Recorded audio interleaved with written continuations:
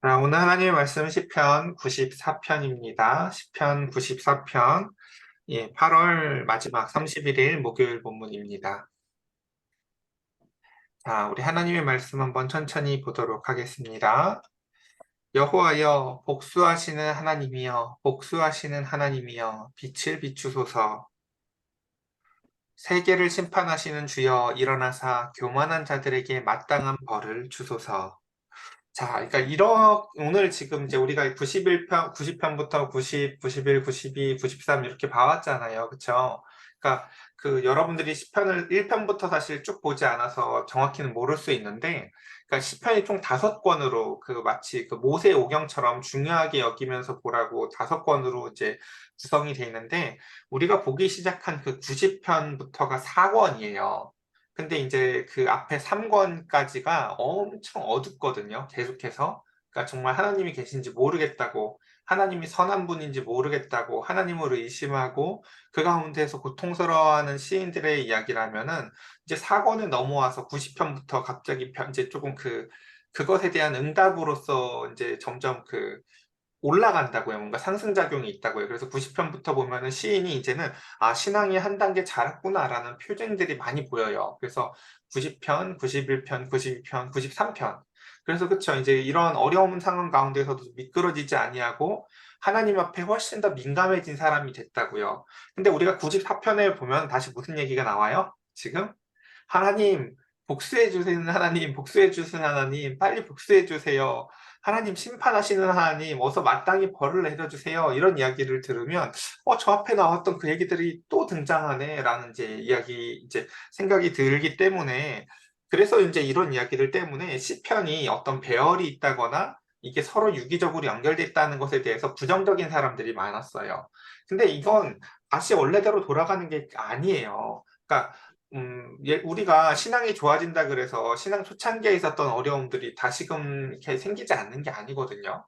그러니까 이거는 신앙이 다시금 후퇴했거나 퇴보했기 때문에 생기는 일이 아니라 우리의 일상 가운데서 사실 자연스럽게 있을 수 있는 일이고, 근데 그 가운데에서도 그것을 좀 더 어떻게 뛰어나게 이제 그 자리를 헤쳐나가느냐라는 것을 보여주기 위해서 이 이야기가 결코 끝나지 않는다는 것을 우리가 철로역정이라는 책에서 배웠어요. 왜냐하면 그쵸. 십자가 이야기는 그 앞에 한 20% 부분에 있고 그 뒤에 신앙이 계속 여정 가운데에서도 우리가 그럼 저 뒤에 만약에 이제 천로역정의 뒷부분에서 이 사람이 이전에보다 계속해서 훨씬 더 뛰어났기 때문에 다시는 같은 말을 반복하지 않을까요?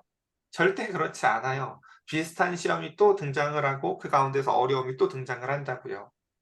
그러니까 예수님이 예를 들어서 같은 설교를 막 2번 하면은 학자들 같은 경우는 야, 이거 뭐 같은 이야기가 왜 2번 기록이 됐을까라고 하지만 목회자들 같은 경우는 그냥 너무 단순해요. 전 같은 설교 여러 번 하거든요. 왜냐하면 그 설교를 못 듣는 사람들한테는 다시 하는 거죠. 기본적으로. 그렇게 이제 보는 관점이 서로 달라서 그러는데 오늘 본문에 대해서 먼저 이제 우리가 천천히 한번 묵상해보고 생각해보면 좋을 것 같습니다. 먼저 우리가 이제 신앙이 점점 진보해 나아간다고 쳐보자고요. 한번 이제 신앙의 어떠한 어려움에서 빠져나와서 하나님을 더 깊이 아는 계기가 되었는데 우리에게 또다시 어떤 부정적인 상황들이 온다고 쳐보자고요. 부정적인 상황들이. 자, 그럼 우리도 사람이라서 어쩔 수 없이 무엇이 생겨요? 그 신앙에 조금 더 진보가 있었어도 이 사람에게 여전히 부정적인 감정이 생겨요. 그럼 그 부정적인 감정은 이제 사람에게 쌓이기 시작하면 사람은 그것을 어디에단가는 풀어야 되는데 말할 사람을 찾겠죠. 내가 이것을 사람한테 풀까? 그리고 하나님한테 풀까? 아마 결정을 해야 될 겁니다. 그리고 거기서 많은 사람들이 처음에 사람한테 풀어놓고 사람한테 이야기를 했다가 내 이야기를 경청해주지 않는다거나 내 이야기를 절실하게 이렇게 동감하지 못하는 사람한테 좌절하거나 낙담하거나 실망을 하고 그 가운데서 하나님 앞에 내어놓는 어떤 지혜로운 사람들이 있지요. 그것처럼 이제 오늘 시인의 상황은 지금 바로 그 앞단계, 이제 부정적인 감정이 가득 쌓인 채 그 가운데에서, 그러니까 그 그릇이 넓어졌을 뿐이지 그 그릇이 차면 결국은 터지는 건 사람이에요. 그래서 이제 그 가운데에서 하나님 앞에 지금 이렇게 막 호소하는 이야기를 보게 됩니다. 근데 시인은 놀랍게도 그 가운데서 사람한테 의지하기보다 지금 하나님한테 부르짖고 있어요. 하나님 보복해 주세요. 하나님 보복해 주세요. 자, 근데 이제 중요한 것은 그래서 오늘 주제는 우리의 그러한 힘들고 어려운 상황 가운데에서 과연 그 복수는 어떻게 해야 하는 것인가라는 것에 대한 주제로 좀 한번 말씀을 나눠보려고 합니다. 먼저 우리는 어떠한 특정한 상황 가운데에서 우리가 억울한 상황이 있고 어떤 속임을 당한 이제 순간이 있으면 우리가 주체가 돼서 그것을 갚아주기를 원하죠. 그걸 누가 갚아주겠어요, 그렇죠? 근데 놀랍게도 성경에서는 하나님께서는 우리로 말미암아 그러한 복수를 하는 것을 원치 않으신다 말씀하십니다. 여러분 그 죄의 기본적인 속성이 뭐였는지 기억나실지 모르겠어요. 죄라는 게 무슨 나쁜 짓을 하는 것으로 규정되는 것이 아니라 세상의 중심에 자기가 놓여져 있는 게 죄의 속성이에요, 그냥요. 그러니까 그 세상의 중심에서 내가 무슨 일을 하는 거예요. 그러니까 하나님은 점점 그래서 우리가 신앙이 점점 자라간다는 것은 무엇을 의미하냐면요. 자기가 점점 안개꽃화되어 가는 거예요. 다른 사람이 배경이 되어 줄 줄도 알고 더 전 우주적으로 자기를 바라볼 줄도 알게 되는 것이 신앙의 진보라면 아직 그 사람이 아직도 죄악 가운데 있다는 것은 늘 자기가 그 세상의 중심인 장미꽃이고 다른 사람들을 안개꽃이나 다른 것들로 이용해 먹는 것을 우리가 죄의 중요한 습성이라고 봅니다. 그러니까 우리가 어떤 어려움에 빠졌을 때도 그러기가 딱 쉬워요. 왜냐하면 내가 세상에서 제일 억울하고 내가 제일 세상에서 제일 속상한 특정한 상황에 이제 놓이게 되어지면은 그쵸. "하나님 복수해 주세요." 하면서 그게 아무리 의분이라 할지라도 그 가운데서 지금 이미 세상의 중심에 자기를 놓고 그 가운데서 부르짖을 확률이 굉장히 높기 때문에 그렇습니다. 자, 그래서 이 복수에 대한 이야기를 성경 구절 한 3 개만 찾아볼 텐데 제가 한번 읽어 드려 볼게요. 먼저 신명기에선 이렇게 고백을 해요. 모세가 죽기 직전에 한 설교에서는 이렇게 얘기하죠. "그들이 실족할 때에 그때 내가 보복하리라."라고 얘기를 하죠. 자, 성도들이 실족하는 상황이 왔을 때 하나님께서 뭐라고 말씀하세요? "보복은 누가 한다? 보복은 내가 하는 거다."라고 말씀을 하세요. 이게 하나님의 주권을 인정하고 이게 하나님을 참된 안식을 누리는 사람의 특징은 뭐냐면 그 보복의 주체의 자리에 자기가 앉지 않는 사람이다라는 것입니다. 뭐 잠언은 더 이렇게 심플하게 이야기합니다. 너는 악을 갚겠다 말하지도 말래요. 보복에 대해서 우리 그쵸. 그런 상황이 있으면 말을 안 합니까?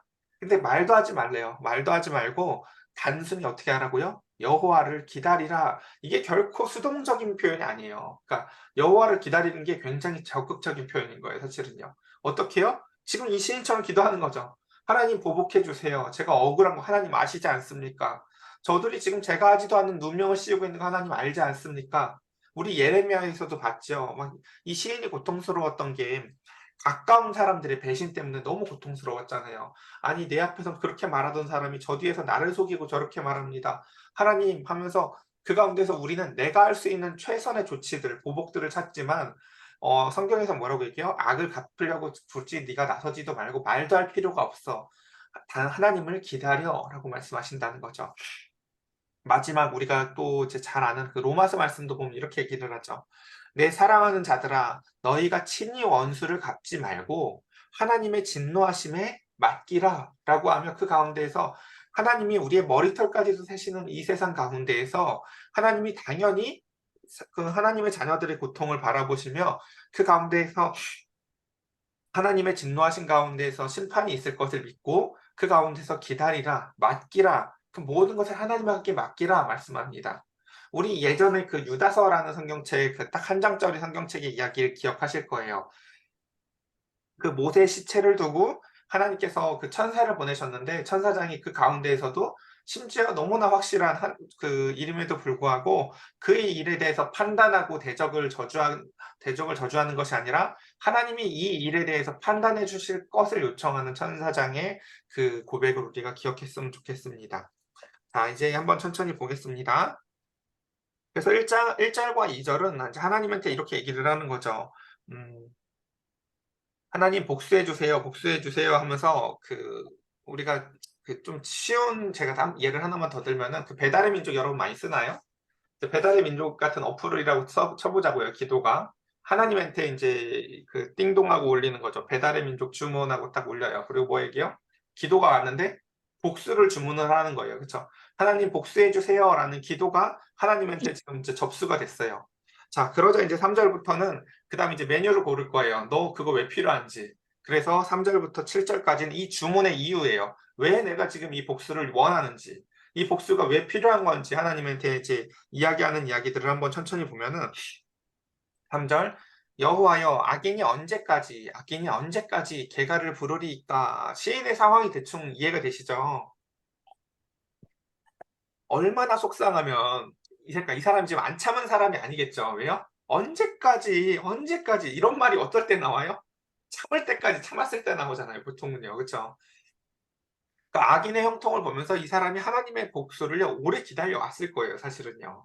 근데도 불구하고 여전히 내 현실이 변하지 않아서 이 사람이 지금 신앙이 다시금 미끄러질 것 같고 그 고통이 터져서 사람한테 꼭 호소하고 싶고 하는 어려운 가운데서 하나님한테 지금 이렇게 호소하죠. 언제까지입니까? 언제까지입니까?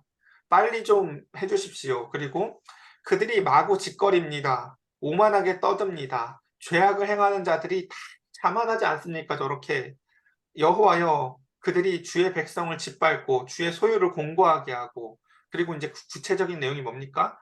고아와 과부와 나그네 그 가장 사회적인 약자들을 죽이거나 살해하거나 그리고 그러고 나서 그들인 뭐라고 말한다고요?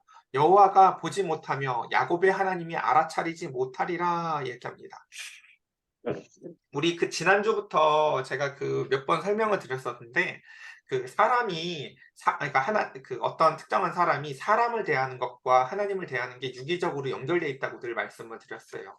자, 여기서도 보면 그 특징이 잘 등장을 하죠. 지금 이 악인들의 특징이 뭐냐면은 하나님이 보이지 않잖아요. 하나님이 지금 빨리 당장 심판하러 오시지도 않잖아요. 그러니까 이렇게 얘기를 하죠. 야, 하나님이 눈이 있기는 하냐? 뭘 보기는 하냐? 야, 하나님 눈도 없어서 그거 알아차리지도 못할 거리라고 하면서 하나님에 대해서 이렇게 여기는 태도, 이 태도와 그 위에 보면은 야, 고아와 과부와 나그네 그 사회적 약자들 걔들이 뭐 억울하면 어쩔 건데 걔들이 뭐 할 수 있냐? 라고 하면 그들을 대하는 태도가 어때요? 정확하게 일치해요. 사실은요. 그러니까 그래서 약한 자를 대하는 태도를 보면요. 그 사람이 하나님을 대할 태도를 정확히 알 수 있어요. 사실은. 그런 것들처럼 그래서 우리가 그 이사야서나 이런 데서도 보면 공의를 행하는 구체적인 예가 약자를 대하는 태도였거든요. 자, 그것처럼 지금 이제 이런 가운데에서 있죠. 이제 하나님이 지각이 없다라고 얘기를 하고 그렇기 때문에 그렇게 얘기를 하지만 우리는 예레미야에서나 특히 출애굽기에서 자세히 많이 봤었어요. 하나님 어떠신 분이세요? 가만히 듣고 있다가 여러분 기억하시죠? 즉 성경에 워드 플레이 진짜 많이 나오는 거 아시죠? 그 사람들이 하는 불만으로 그들을 갚아주고 그들이 얘기하는 거 다 듣고 계셨다가 그거 진짜 이자까지 쳐서 니들 밭이 그렇게 좋아? 뭐 니네 집을 밭으로 만들어 주지 뭐. 야, 너네가 뭐 이렇게 뭐 그 애굽에 매장지가 없어갖고 여기까지 데려왔냐고 했지. 뭐 그리고 뭐 고기에다가 이빨이 낄 때까지 그럼 이빨이 낀 채로 뭐 죽게 해주지 뭐라고 하며 하나님이 진짜 오늘날 사람으로 비유하면은 글쎄요. 제가 저희 좀 쪽팔린 얘기, 창피한 이야기이긴 한데 저희 집사람이랑 뭔가 좀 안 좋은 일이 있었다가 좀 오래 참았다가 나중에 얘기하면 예를 들어서 제가 난 오래 참았다는 얘기야라고 생각을 할 수 있지만 뭐라고 생각할 수 있어요? 야, 저걸 어떻게 지금까지도 얘기 갖고 있다 얘기를 하냐라고 얘기를 할 수도 있겠죠. 그것처럼 사실은 하나님은 우리가 했었던 이야기를 다 기억하고 있었다가 그것을 갚아주기도 한다고요. 자, 그것처럼 어떤 입장에서 보면은 야, 하나님 진짜 어떻게 이렇게 쪼잔하냐라고 느낄 수 있을 정도까지 하나님은 모든 것을 듣고 계시고 모든 것을 다시금 갚아주시는 분이세요. 그러니까 지금 이 악인들이 생각하는 것처럼 보지도 못하고 듣지도 못하고 알아차리지도 못하는 하나님이 아니시다라는 것입니다. 자, 그래서 그것에 대해서 조금 더 이제 그래서 이제 7절까지가 이 주문을 하는 이유였어요. 하나님 보복해 주세요. 1, 2절. 3절부터 7절까지는 왜 이 보복이 필요한지에 대한 이유들. 하나님 보시지 않았습니까? 쟤들이 이렇게 말하는 걸 봤죠? 쟤들이 저 사회적 약자들을 저렇게 대하는 거 보셨죠? 라고 하며 이 주문의 이유를 이야기했어요. 그러자 이제 그 주문서가 도착해서 8절에 이렇게 표현이 됩니다. 자, 백성 중에 어리석은 자들아, 너희는 생각하라 라고 얘기를 하죠. 이게 우리의 삶에 있어서 제일 중요한 첫 번째 매뉴얼이라는 거예요. 우리가 환란 가운데에서 하나님이 안 계신 것 같고 하나님의 보복이 너무 더딘 것 같고 그 가운데서 약자들의 고통으로 말미암아 괴로울 때 하나님이 우리에게 요구하시는 첫 번째 덕목이 뭐라고요? 생각하라라고요. 왜 생각하라는지 혹시 아시겠어요? 이게 왜냐면 지금 우린 뭐든지 그렇잖아요. 그쵸? 우리가 의인이고 상대방이 아인이고 우리가 주인공 요셉이고 나머지 사람들이 다 이제 그쵸? 이제 조연들이니까 우리는 글을 읽을 때 늘 그렇게 읽어서 그러는데 사실 악인이라는 게 악인 한 사람이 있는 게 아니라 악인과 방조자들이 있어요. 한번 예를 들어 볼까요? 반에서 어떤 아이가 부당하게 막 왕따를 당해요. 그럼 거기서 그 아이를 부당하게 일부러 괴롭히는 애는 한 3명 정도 되지만, 근데 그 가운데서 그 아이를 구할 수 있는 아이가 한 20명 있거든요. 그 중에 한 사람이라도 내가 같이 십자가를 져주고 내가 같이 고난을 당해주고 그 가운데서 부당함을 호소해주고 싸울 수 있는 애들이 있는데 나머지 사실 20명이 어떤 거냐면 그 나머지 20명이 다 악인이에요, 사실은요. 왜요? 거기서 저게 내 일이 아니라 관여하지 않거든요. 그냥 우리 사회적으로 표현을 하자면 세월호 사건이든 이태원 사건이든 그 가운데서 오송 뭐 지하차도 참사 사건이든 그 수많은 사회적 참사들에 대해서 사람들이 무관심한 이유가 뭘까요? 내 일이 아니라서요. 내 일이 아니라서. 그럼 사실은 그 내 일이 아니라서 무관심한 사람들에게 그러다가 그 비슷한 일이 자기에게 다가오면 비로소 알죠. 방관이 왜 죄인지를요. 우리가 그래서 그 악의 평범성이라고 해서 우리 그 책 이야기 많이 얘기를 했었죠. 히틀러의 이야기를 하면서 그 가운데서 그냥 그저 나라에서 시켰기 때문에 했었던 행정적으로 충실했던 그 공무원이 사실은 생각했던 것보다 어마어마하게 나쁜 놈이 아니라 어떤 사람이었어요? 생각을 안 하는 놈이었어요. 그냥요. 나는 나라에서 시킨 일을 한 거지. 그래. 생각 없이 한 그 일이요. 수백만 유대인들을 굉장히 효과적으로 빨리 죽이는 일을 하는 일이었었어요. 그러니까 그 일에 대해서 생각을 안 하는 게 죄였어요. 자, 하나님이 지금 그래서 우리한테 요구하시는 첫 번째가 뭐라고요? 생각하라. 생각하라. 네가 혹시 거기서 방조하는 사람은 아니었는지, 네가 지금 그 가운데에서 지금 하나님이 무엇을 안 하고 계시다고 보일지 모르겠지만 아니야, 하나님 다 알아. 그리고 그 가운데서 내가 너에게 지금 요구하는 것은 무엇이냐면은 이제 왜 그러냐면 그런 거죠. 악인들이 이렇게 막 예를 들어서 부르짖잖아요. 야, 하나님이 보고는 있냐? 하나님이 듣고는 있냐? 이렇게 빈정거리면 시인도 마음이 흔들리는 거죠. 아니, 진짜 그런가? 진짜 하나님이 안 보고 계신가? 이렇게 마음이 흔들리는 거죠. 연애 때 한번 생각을 해보세요. 막 두 사람이 너무 사랑하는 사람이 있는데 밖에서 야, 네 남자친구 그때 너 보니까 별로 안 사랑하는 것 같던데 막 이런 얘기하면은 다시 만났을 때 어떻게 하고 싶어요? 확인하고 싶잖아요. 그쵸? 진짜 나 사랑하니? 이렇게요. 마찬가지로 지금 이 시인도요, 하나님에 대해서 93편까지 신실한 것 같았어도 상황이 변하지 않고 주변이 이러니까 그 가운데서 의심이 들고 미끄러질 것 같은 거예요. 하나님에 대해서. 근데 그것에 대해서 하나님은 또다시 이렇게 얘기하시는 거죠. 생각하라. 이제 빨리 지나가 볼게요.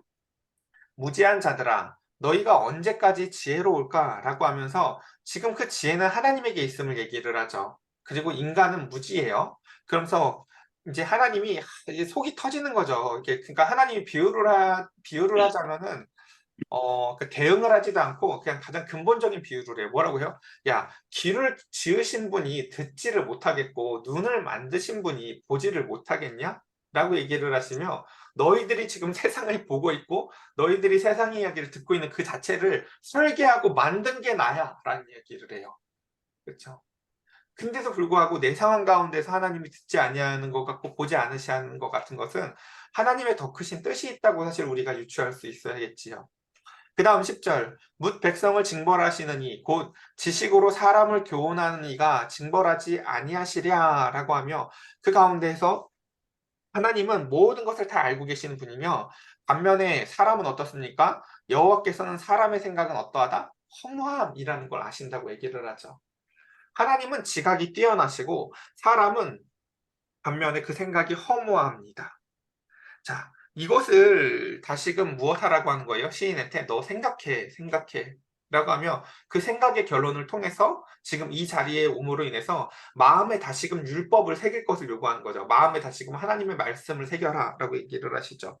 그 다음 12절 여호와여 주로부터 징벌을 받으며 주의 법으로서 교훈하심을 받는 자가 복이 있나이다 라고 하며 드디어 이제 아까 제가 설명했던 방식으로 다시 설명을 해볼게요.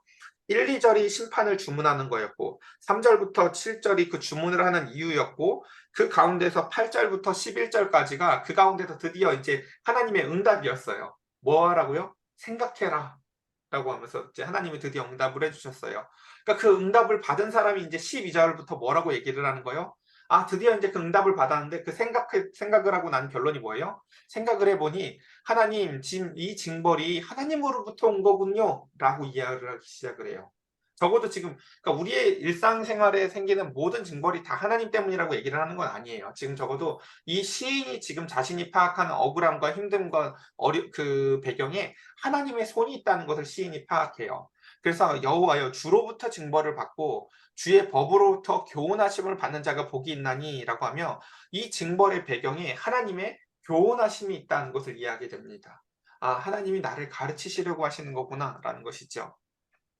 그리고 그 가운데서 13절 이런 사람에게는 환난의 날을 피하게 하사 악인을 위하여 구덩이를 팔 때까지 평안을 주시리이다. 여호와께서 자기 백성을 버리지 아니하고 자기 소유를 외면하지 아니하시리로다라고 하며 다시금 하나님에 대한 다시금 이해를 갖게 됩니다. 그러며 그 가운데 더 뒤에 좀 더 보면 심판이 의로 돌아가리니라고 하면서 결국은 이 하나님의 심판은 여기서는 의는 의가 맞아요. 제다카. 그러니까 그 관계, 지금 내가 맺고 있는 이 관계가 여전히 여전히 신실하다는 것을 지금 이해하고 그 가운데서 결국은 마음이 정직한 자가 다 따르리로다라고 하며 의인이 어떤 사람인지를 교훈해주고 있는데 의인은 어떤 사람이냐면 12절에 나타나는 주의 교훈으로 인해서 여기 천천히 제가 읽어볼게요. 여호와여 주의 징벌을 받으며 그 주의 징벌로 인해서 주의 법으로 교훈을 받은 사람 있죠 여기요. 12절에 보면은 주의 법으로 교훈을 받은 이 사람이 어떤 사람인가라고 보면 바로 마음이 정직한 자만이 이렇게 주의 법으로 교훈을 받을 수 있다라는 이야기예요. 그러니까 우리가 매일 이렇게 이 하나님의 말씀을 아침마다 듣잖아요. 근데 하나님의 말씀을 들어도요, 모든 사람이 다 이 말씀이 하나님의 말씀이 이 사람에게 교훈이 되지 않아요. 어떤 사람만이 하나님의 말씀이 교훈이 되어서 그 하나님의 신실하심을 붙잡는가? 바로 마음이 정직한 자에게만 그 말씀이 그 가운데에서 참된 교훈으로 작용을 하는 거죠. 아마 그러니까 많은 사람들이 그래서 어려움이 있을 거예요. 하나님의 말씀을 마치 여러분들이 그 약국에서 그 병원에서 저어준 그 처방전 받아서 나온 약이라고 쳐볼게요. 하나님이 약을 한 4알 줘줬어요. 근데 여러분들이 그 약을 뜯어보고는 마음에 드는 약이 2알 있고 싫은 약이 2알 있어서 2알만 빼고 먹는다고 쳐보자고요. 자, 이게 이제 어중간한 사람들의 상태예요. 그러니까 마음이 정직한 자는 뜯고 다 입에 넣어요. 그리고 나서 그것을 믿고 신실한지를 하루 종일 살아보면서 경험을 해요. 아, 난 이거 말이 안 되는 것 같은데? 라고 해도 하나님의 인자하심만 느껴진 아침에 더 민감해지고 하루 종일 살아보면서 하나님의 심판이 늦지 않다는 것을 경험을 한다고요. 근데 마음이 이렇게 온전히 정직하지 아니하고 죄성으로 인해서 여전히 그 심판의 중심에 자기를 놓는 사람은 두 알을 먹고 두 알을 버려요. 하나님의 말씀을 다 믿는 게 아니라 마음의 아멘으로 응답이 되거나 신실하게 기다려지는 게 있는 게 아니라 그 가운데서 걸리는 것들을 따로 버려요. 그런 사람들은 사실은 이제 어렵죠. 계속해서 하나님에 대한 오해가 계속 마음에 쌓여 있으니까. 자, 그래서 보면은 주의 법으로 교훈하심을 받은 사람이 곧 마음이 정직한 자다라고 우리가 보고 하나 또 보고 그다음 넘어가 보도록 하겠습니다. 시간이 다 됐네요. 넘어가겠네요. 16절. 누가 나를 위하여 일어서서 행악자들을 치며 누가 나를 위하여 일어나서 악행을 하는 자들을 칠까라고 하며 우리가 자, 제가 이거 하나 질문을 해볼게요. 여러분, 어, 우리가 하나님을 위해야 될까요? 하나님이 우리를 위해야 될까요? 우리가 우리가 하나님을 위해야 돼요? 맞아요. 처지가 맞나 그게? 하나님이 우리를 위해야 되는 거 아닌가? 뭐 어떤 거 같아요? 뭐 생각 좀 해봅시다. 우리 부부싸움들 잘 안 해보셨나? 부부싸움 해볼 때 놀라운 그 증언들이 이런 건데 내가 되게 오래 참다가 상대방이 딱 뭐라고 얘기를 하면 상대방들이 보통 이렇게 얘기를 하죠. 나도 너 위해서 여태 이렇게 했어 라는 놀라운 응답을 들어요. 그럼 야 내가 여태 너를 위했지 언제 네가 날 위했냐? 이런 이야기들을 서로 혹시 안 들어보셨나요? 많이 들었습니다. 아, 많이 들었으니까 예, 많이까지 그쵸. 그러니까 그때 놀라운 걸 확인하잖아요. 나는 나만 참았다고 생각하고 나는 나만 너를 위했다고 생각을 하는데 내가 봤었던 관점이랑 다르게 저 사람은 나를 위했대요, 지금요. 그러면서 싸워보면서 비로소 내가 인지하지 못했고 자기중심적이었다는 것을 때로는 발견하거든요. 자, 그런 것들처럼 사실 지금 시인은 이랬던 거예요. 저 앞에서 보면은 나만 하나님을 위하고 있는 것 같아요. 내가 혼자 계속 참았고, 보복도 안 해주시고, 그래서 내가 참았다고 생각을 하는데, 하나님은 사실은 하나님이 더 오래 참으셨고요. 하나님이 더 많은 것을 감당하셨고, 그래서 16절은 뭐라고 얘기해요? 아휴, 누가 나를 위하겠니? 누가 나를 위하겠니? 시인의 처음 입장은 뭐였어요? 하나님이 나를 위하지 않고 있는 거였어요. 하나님, 쟤네들을 지금 보아세요. 고아와 가부와 나그네가 핍박받고 있는데 하나님 왜 저들을 위하지 않습니까? 라고 이야기했지만 거기엔 다 하나님의 뜻이 있었음을 말을 하며 그 가운데서 16절에 보면 도리어 하나님은 하나님을 위할 사람을 찾고 계시다라는 것을 볼 수가 있습니다. 그러면서 여호와께서 우리 그래서 이사야서도 보면 하나님 그렇게 얘기하잖아요. 누가 우리를 위하여 갈꼬 하면서 하나님을 위할 종 찾는 게 그렇게 어렵잖아요. 그렇죠? 자, 그것처럼 여호와께서 내게 도움이 되지 아니하셨다면 내 영혼이 벌써 침묵 속에 잠겼으리로다라고 하며 우리는 이래요. 하나님이 나의 도움이 될 때에나 하나님의 그 인자하심을 느껴요.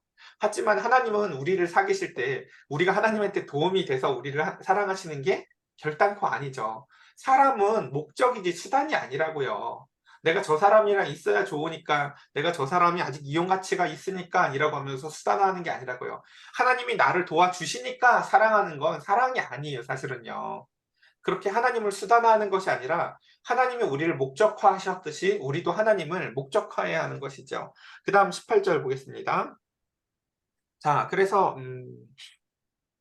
여호와여 나의 발이 미끄러진다고 말할 때 주의 인자하심이 나를 붙으셨사오며 보세요 진보했잖아요 그렇죠 신앙이 분명히요 미끄러졌어요 요번에도요 미끄덩 하는데 그 가운데에서도 또 인애가 생각이 나서 그 가운데서 그것에 빗들려서 콱 넘어지진 않았어요 이게 땅을 넘어지다가 손으로 짚은 정도가 되는 거죠 이제 그리고 그 가운데에서 내 속에 근심이 또 많았잖아요 그렇죠? 오래 참았으니까 근데 그 가운데에서 예, 주의 위안이 내 영혼을 즐겁게 하시나이다 라고 하면 그쵸 실력이 뛰어나졌다는 게 보이죠 그쵸 같은 일이 반복되는 것 같지만 일은 같은 일이 반복되지만 이 사람의 신앙이 예전이랑 똑같지 않아요 보면요 그리고 그 다음에 20절에 이제 말씀을 빙자하는 그 악한 그 악인들이 등장을 하죠. 그러니까 제도화된 악행, 자기가 판관이고 자기가 검사라서 마음대로 기소하고 그 가운데서 그냥 그 제도들을 가지고 자기가 갖고 있는 권한을 가지고 악하고 연약한 사람들을 돕는 데 쓰는 것이 아니라 도리어 자기의 개인적인 이기적인 욕구를 위해서 쓰는 사람들을 그런 사람들이 이렇게 표현하죠. 율례를 빙자하여서 재난을 꾸미는 악한 재판장이 어찌 주와 어울리리까라고 하며 이 10절의 말씀은 정말 지금 우리가 살아가는 한국 사회를 잘 보여주는 모습이에요. 얼마나 그 제도들이 약자를 위해서 세운 제도들을 가지고 강한 그 권력자들이 자기의 사리사욕을 채워 나아가는지. 전 지금도 예전에 그 검찰 사건이 늘 기억이 나요. 어마어마한 돈을 받아먹고도 그 판결문이 뭐였냐면 두 사람은 너무 친한 친구라서 그래서 그쵸 이렇게 내가 이 아 소리 내면 아 소리 아는 이런 친구라서 그럴 수 있다라는 판결문이 실제로 나온 적이 있어요. 이 얼마나 말도 안 되는 그렇게 친하면 돈을 뇌물을 받아 먹어도 뇌물이 아니라는 그런 판결문들의 이야기를 보면서 우리가 살아가는 이 사법 시스템이 지금 오늘날 얼마나 많이 붕괴되어져 있는지들을 우리가 볼 수 있죠. 자, 그다음 그러면서 21절 그들이 모여서 의인의 영혼을 치려하며 무죄한 자를 정죄하며 피를 흘리려 하나 여호와는 나의 요새시고 나의 하나님은 내가 피할 반석이시라라고 하며 하나님이 하나님 되심을 다시금 확인을 하고 그들의 죄악을 그들에게로 되돌리시며 그들의 악을로 말미암아 그들을 끊으시리니 여호와 우리 하나님이 그들을 끊으시리로다라고 하며 이 시인의 마지막 이제 요거 하나 살펴보고 마칠게요. 이 시인이 또 신앙의 진보했음을 보여주는 증거 중에 하나가 뭐냐면은 22절에서 보면은 이 사람이 뭐라고 원래 기도를 해요? 처음에 여호와는 나의 요새시고 나의 하나님이다라고 고백을 했었던 이제 이 하나님이 그러니까 신앙이 나쁘다기보다 이제 그냥 아직 이제 어린 거죠. 나의 하나님은 이게 그렇죠. 결코 나쁜 신앙이라는 표현은 아니에요. 근데 이제 큰 신앙은 아닌 거예요. 그래도요. 아까 얘기했잖아요. 내가 여러분 안개꽃이 되어주고 싶으세요? 누군가에 이렇게? 저는 진짜 그게 너무너무 속상해요. 제가 지금 너무너무 속상한 게 제가 어제 저녁에 좀 기도를 오래 하다가 잤는데 제가 한번 돌아봤어요. 제 인생 가운데서 받아온 사랑이 얼마나 큰지. 한번 생각을 해봤는데, 제가 10대, 20대 때 받아왔던 사랑이 보통 사람들이 받을 사랑에 정말 수십 배를 받았다는 생각을 많이 해요. 정말 많은 사람들이 사랑을 못 받고 자란 사람들도 정말 많은데 저는 너무 많은 사람들한테 너무 많은 사랑을 받고 자랐어요. 그리고 그 사랑의 대부분은 다 교회였었어요. 그리고 그 교회에서 되게 많은 오늘날 따지면 형 누나들 이런 사람들이 그리고 집사님들이 정말 안개꽃과 같이 저의 사랑이 되어 주셨어요. 그 수많은 사람들이 애쓰고 노력해서 그곳 가운데서 저는 마음껏 즐기기만 하면 됐고 그 가운데서 마음껏 사랑을 받아 누리기만 하면 됐었어요.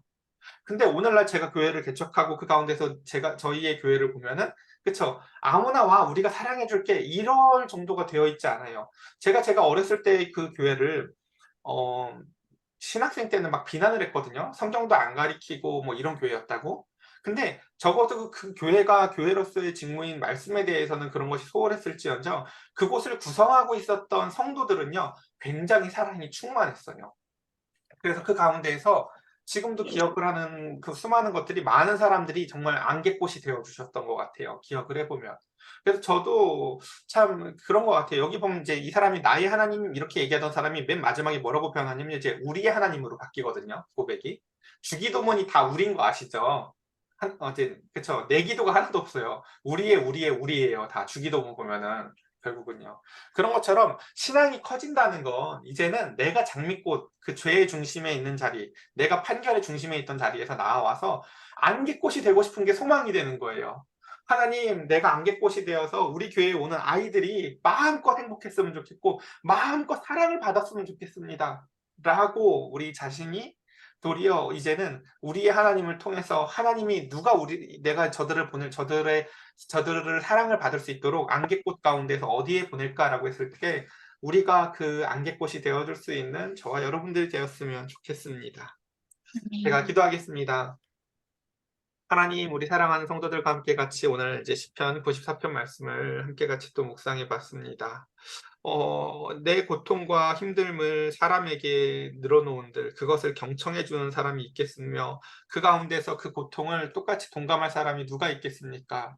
주님, 우리 사랑하는 성도들 마땅히 구해야 되고 아뢰야 될 대상이 누구인지를 알게 하시고 그 고난을 통해서 결국은 마음의 율법과 말씀을 새겨서 하나님의 어떠하신 가움을 깨닫고 그래서 이제는 내 자신의 자아에서 벗어나서 그 더 큰 하나님을 믿고 의지하고 나의 하나님뿐만이 아니라 우리의 하나님이 되시는 하나님을 깨달아 이제는 사랑으로 충만하여 주고 내가 받은 사랑을 계수할 줄도 알게 되어 이제는 누군가의 사랑이 되어 주고 싶은 소망으로 우리를 채워 주시옵소서. 우리의 구주 되신 예수 그리스도의 이름으로 기도드렸사옵나이다.